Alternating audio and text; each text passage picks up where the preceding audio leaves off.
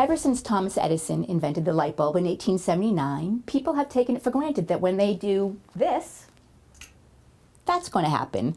And that makes it easier for us to focus on the fun decisions like what the lamp or the lampshade will look like. And if you think that's an easy decision to make, then you have not been to Concord Lamp and Shade. I'm here with the owner, Ann Eckert. We're going to get to know about her and her store. And first, Ann, can you tell us a little bit about you, your background? Sure. I was not born and raised in New England. In fact, I was born in the Midwest and raised there.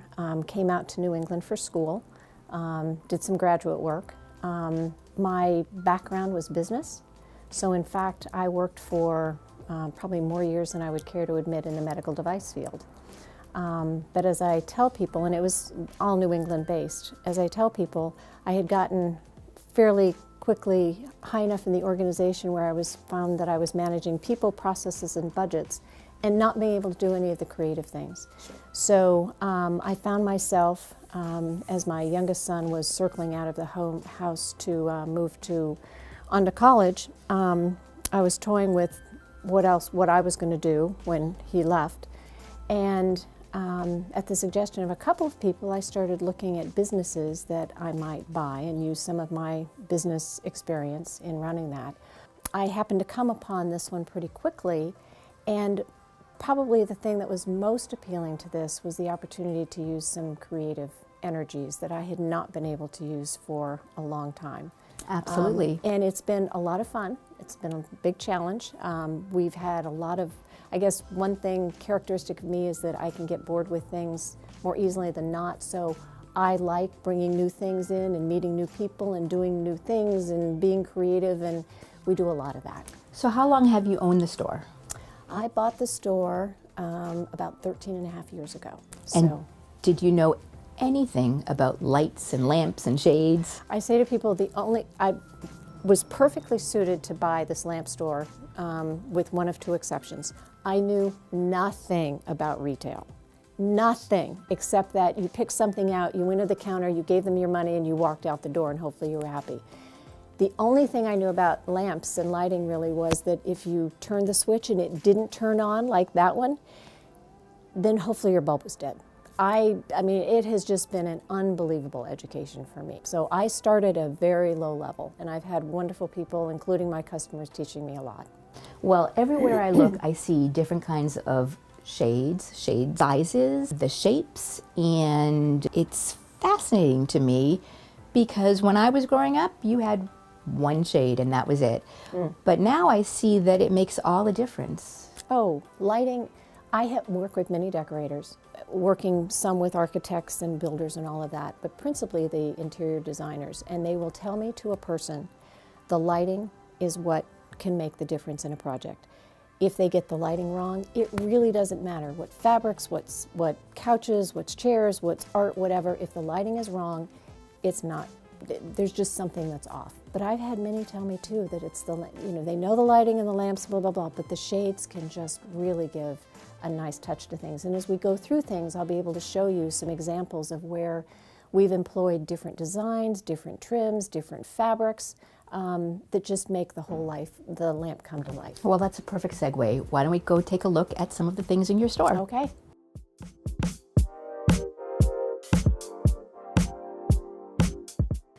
So there are so many different types of lamps and shades and chandeliers. Tell me a little bit about the manufacturers that you have. We do have a nice representation of all the major manufacturers, but I also have to say, and I know we'll get to this a little bit later, half of the lamps that are on our floor are ones that we make ourselves. So it's a nice mix, and if you see something you like, we can go to one of the manufacturers and probably get it, but sometimes you're not seeing what you want, and the really cool thing is with many of the things here is nobody else is going to have it. So that's fascinating. You've made some of these lamps yourself. People can come in and get custom lamps. I would love to take a look and see what else you have. Okay.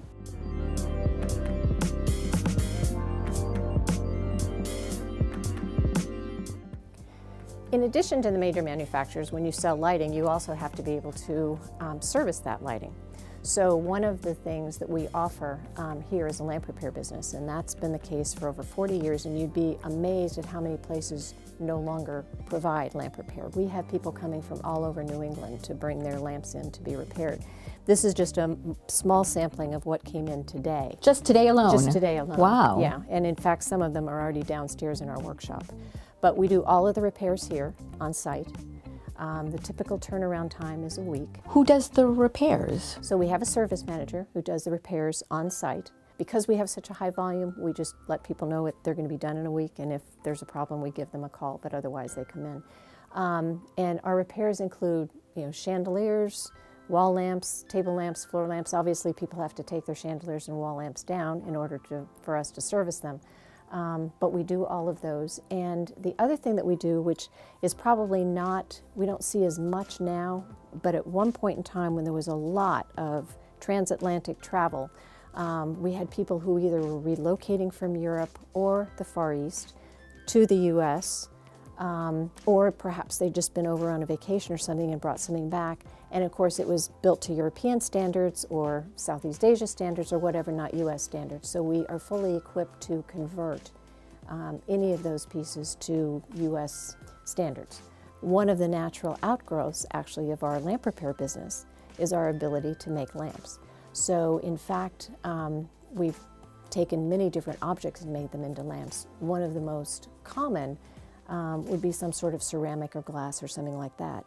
Now, if you want the lamp cord coming from under the lamp instead of, over the top of the lamp, then you need the ability to drill. So in fact, we have a machine capable, it's a diamond-tipped, water-driven drill that allows us to drill through ceramic, maintaining the integrity of the ceramic. So, that's fascinating. As I said, that all came as a result of an outgrowth of the lamp repair business. And let me show you some of the other things that we've made. I would love to see them. What kind of objects would people make into lamps? We make lots of things into lamps. You'd be amazed at the number of things that we make into lamps. And one of those is something actually that predated me in owning the store. These are what we called our collectible lamps. And they are, ta-da, it's a mason jar. And the really cool thing, I told you about that water-driven drill, diamond-tipped water-driven drill. So what we do with these is we put all of the so-called lamp works, and by that I mean the socket and the cord and whatever neck and all of that, right on the top, so you can actually open these and fill it with whatever. Mm-hmm. And we've got 3 sizes. So we've got the small, which you can see here. There's a medium one here that is filled with your typical sand and seashells, and then there's also a larger one. And they make great kids' lamps. They make great, in fact, I gave one a few years ago to somebody. I called it their college survival lamp and filled it with all sorts of things that they would need, like Advil and some Red Bull and some notes that said, call mom, call home, call dad, call mom, so Post-it notes, so they would have those.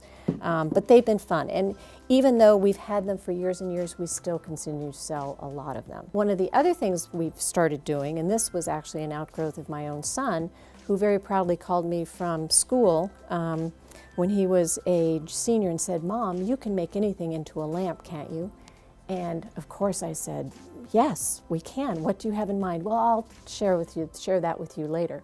He presented me with 2 big Grey Goose vodka bottles. Of course they were empty. Excuse me, Belvedere vodka bottles. Of course they were empty. So Jeff and I, my service manager and I, spent some time working with these things, and we put together these lamps on these big black bases and had beautiful shades on them.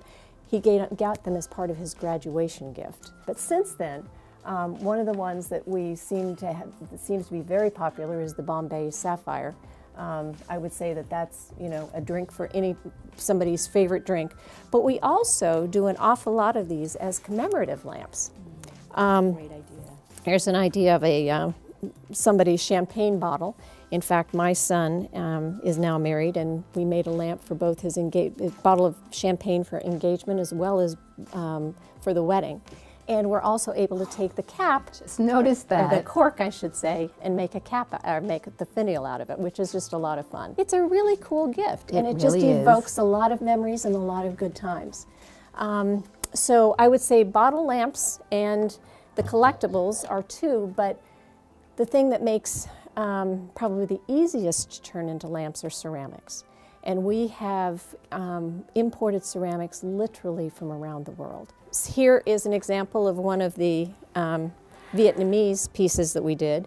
This is also from Vietnam, slightly different style. And then you've got same artwork, but just a different shape. So do you go abroad and you find the lamps and buy them, or is everything done online now? I do a couple of different things. If I can, if I have the opportunity to travel, I certainly do. But they're also, I don't know whether you want to call them consolidators, wholesalers, or whatever, who specialize in bringing things over. And I have, through the years, worked with many of them to find things. So what I would love to learn now is how you work with a client who, for example, comes to you with a lamp. Yes. Because I will tell you, we made this into a lamp, and that's half the story, but we also then need to shade it. And our objective in shading it is to try and make that process as easy as possible for the customers. Because typically, I have someone come in and they say they have this lamp and I don't know where to begin. So let's go over, we'll learn a little bit about some of the lamp basics, lamp shade basics, and then we'll go into shading some lamps. Okay, lead the way. All right. So tell me about the different kinds of shades. Okay, it's a whole world unto itself. There are two basic kinds of lampshades. One's called a hardback, and one's called a silk or a soft shade. All right. So a hardback is something like this, meaning that the fabric has been laminated to a plastic. You know, all we have here is a top ring and a bottom ring. So we had the fabric, it doesn't have enough integrity itself just to sit on that. In fact, what happens is it's laminated to a piece of plastic and then fit onto the rings, top and bottom. Converse, or differently, a silk shade, sometimes called a soft shade because it doesn't have to have a silk outer fabric, is lined with fabric. All right? Now, the difference here is typically with a hardback shade, you have, as I said, a top ring and a bottom ring. With a silk shade, it's actually built on a frame. So the top and bottom are connected with wire. Oh. Right? But what that allows you to do is to create a lot of different shapes and things. So if we go back for a second, let me just introduce let's talk about hardbacks for a minute. Probably the most popular kinds of hardbacks are the round hardbacks. And there are essentially 3 different kinds of round hardback shades. I'm going to make this more simple. So right now the rage is all about drums. And a drum shade is basically one, it's just as it says. Top and bottom, interestingly, are about 1 inch different. Otherwise, your eye makes the top look a little bit bigger. But you've basically got something that's just very cylindrical. This is probably our most popular style right now. We go through a lot of drums. The tried and true style is an empire. That was one of it's probably one of that lamp that you talked about that you had growing up, very likely could have been an empire shade. And you can see with the construction of this, we have this bottom ring and we have this top ring. The fabric is laminated to a plastic, and that's what keeps the shade together. But this is also, and I would say that the hardback shades now, often, not always, are a little bit more casual. You know, not as dressy, not as elaborate. The last shape, so now we have our drums and our empires, is our cone. Sometimes also called a coulis shade. But you can see the difference if we put these 3 together. You've got wide opening at the top, a little bit smaller. This is about half the size, and that's probably about 1/3 of the opening at the top. So that's where you get your basic kind of. So would this shade, the cone shape, be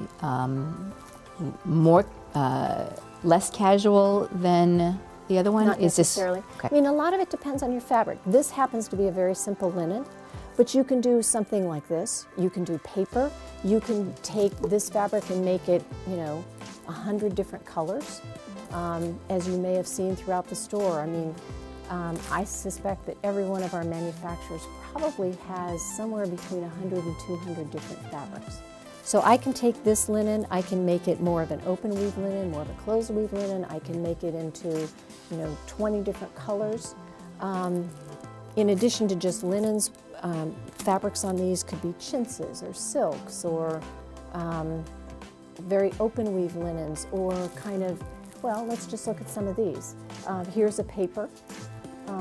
This is a linen with a large, what we call trim.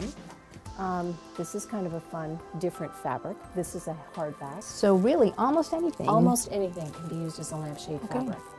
In fact, this is a lampshade. This is what we call a shallow drum. This is one that we actually made here. Customer brought their fabric in, and what fun fabric is that? Now, silk shades, I said, we can do some different and fun shapes with silk shades. You clearly, or not surprisingly, have your same 3 shapes here, your drum, your empire, and your cone-shaped. But here, for example, is a modification of a drum. This is what we call a corset drum. So top and bottom are mostly the same, but because it's built on a frame, we actually can have a curve in the middle. You also can do a bunch of different shapes. Oh my. All right, so here's one where you have a round element, you have the square corners, you have a square top, and you also have a bit of a bell to the shade. I actually end up using this type of shade a lot when I have people bringing in oil lamps that are on square bases, because you've got a square base, so it plays off the square here, but the round font really works nicely with the shape of the shade. So there are many different things you can do here. The only other thing we need before we can actually fit a lamp is to know how to measure a lamp shade.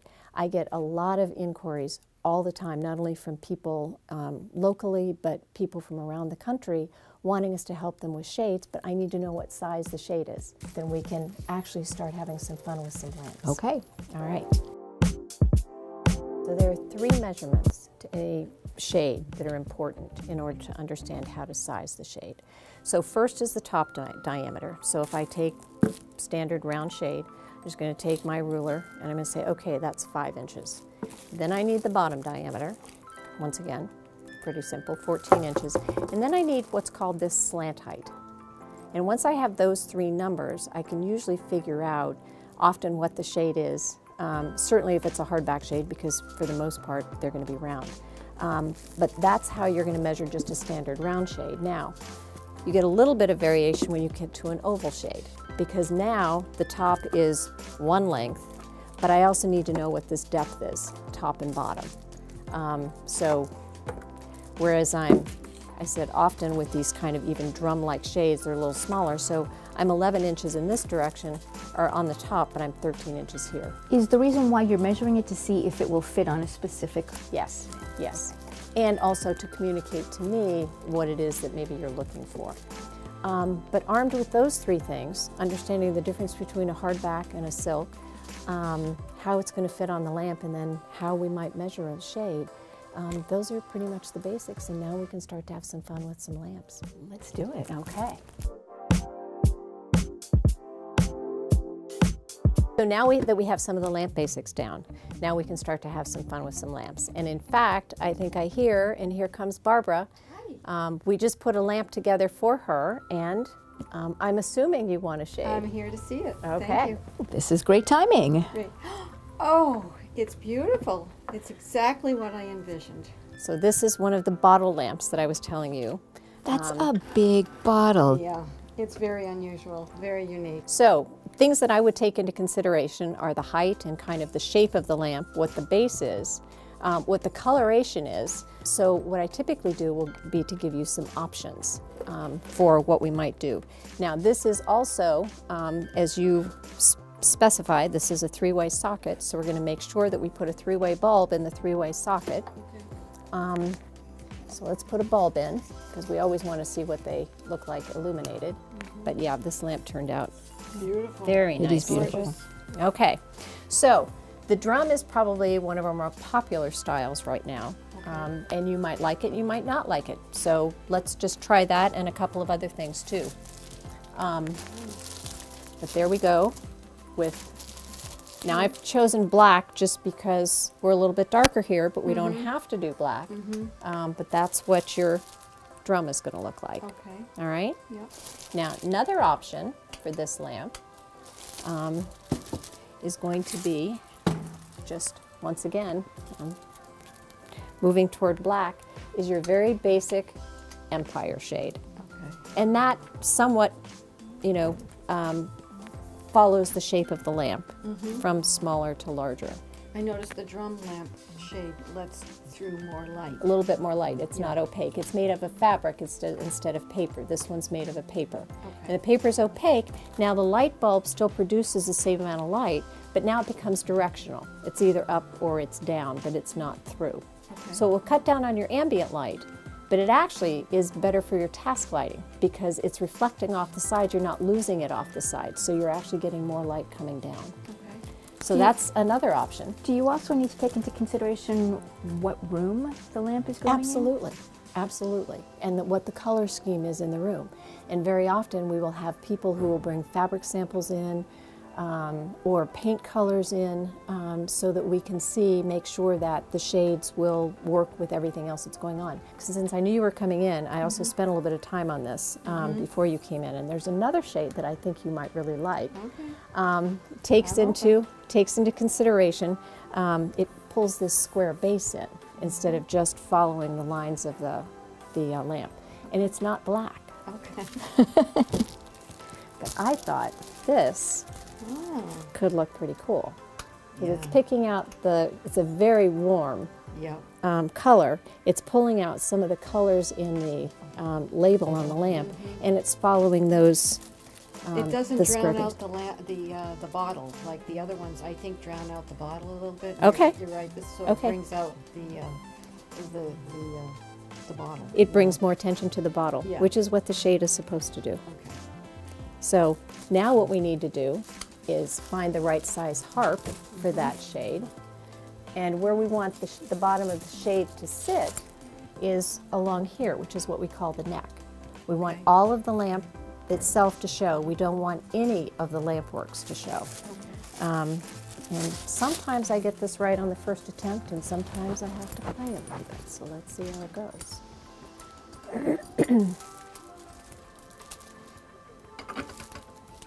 Okay, I'm down a little bit, so I'm actually going to change the harp to one that's about a 1/2 inch to 1 inch taller. So there you go. Okay. You can see the whole bottle now. Yeah. Now, one thing you might want to do, of course, the finishing touch is your finial. And we have quite a display of finials here, but what you might want to think about doing if you did this shade would be in order to kind of pull the whole lamp together, is to do something like a black, since we don't have the cork, Barbara, is to pull the black color from the base into the top it just kind of gives it a finished, complete look. I like it very much. I loved the first shade. The second one, not so much, but the third one is definitely the keeper.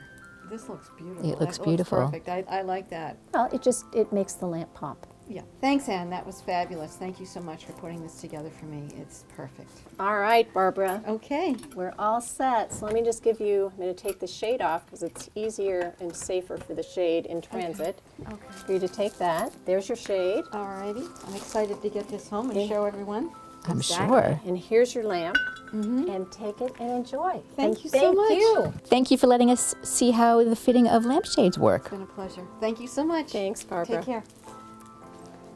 So Okay. what other kind of custom lamps do you have here? So two of the more popular lamps these are lamps that we've actually designed and we make here, are our sports lamps. Not that New England fans or Boston fans are crazy sports fans or anything. No. But we came up with this idea many years ago. So this is the simple lamp design. The base is actually made the by a field. local woodworker. It's also made out of ash, which is what the bats are made out of. So you have two choices. If you're a purist, home plate is white, so we have the white home plate, or just a clear poly in the ash. Major League Baseballs, these are Rawlings baseballs with the Red Sox logo. This is how we pay our royalties to Major League Baseball. And then we actually, once we had this put together, we had a shade made of a game at Fenway. Look at that. Now this was painted by a local artist. Jack Skinner was a detective with the Concord Police Department. He was also the sketch artist for Eastern Massachusetts until he retired. So this was a labor of love. It's a print of a painting of a game at Fenway. So this is Fenway Park. You can see Wally is in the stands. You've got the Green Monster, the Sitco sign. You've got the Megatron. You've got Pesky Pole and the Red Sox Hall of Fame. All of the fans are wearing jerseys from fan favorites back through 2004. Now, the really unique thing about this lamp and shade, when the light is off, it's a day game. But when the light is turned on, it becomes a night game. Now, several years later, we then designed the Patriots lamp. So the base is the playing field. Same proportion as the playing field, obviously not as big as the playing field, but you've got your dirt, you've got your AstroTurf, you've got your line marker. The kicking tee is actually attached. The ball comes with the lamp, and this is a New England football. We don't have it attached because we found that many people have their own autographed footballs. Of course. So this is interesting in that this is Gillette Stadium, and in this game, New England is ahead of New York, 31-0. Again, of course. Again, of course. Now, the play is taking place here on the field, and the way the shade was constructed is you can see this action on the field regardless of whether you're sitting in an end zone or on this side of the field or on this end zone. Not dissimilar from the baseball lamp. When the light is on, it's a night game. When the light is off, it's a day game. And these have just been very popular Christmas gifts and gifts for other occasions. I can only imagine. And I think you have one more lamp to show us with the custom lampshade. I do. This is an example of some of the work that we can do in the store. This is a lamp that was brought into us. Okay. And we were able to see the fabrics in the room and all of that. What I like to do, as I shared before, is to mirror the shape of the lamp in the shade. So you can see in this situation, the lamp, the shade follows that, it's oval, and it has this kind of out scallop, if you will. And what we did, given the colors both in the lamp and in the room, we actually designed this with two different fabrics. So we've got one fabric that's the base, and then you've got your accent fabric. And then we supplied the frame spec and the fabric specs to the manufacturer. In this particular instance, we also trimmed it. There are 3 different trims here, 2 on the top or 2 on the bottom and 1 on the top. We actually did the trimming here. We do a lot of shade trimming in the store. And what that allows you to do is to take a basic off-the-shelf shade and add trim to it, and you get the feeling of something being very custom. And this is but one example. We've got many. We've got a whole back room full of trims that you can choose from.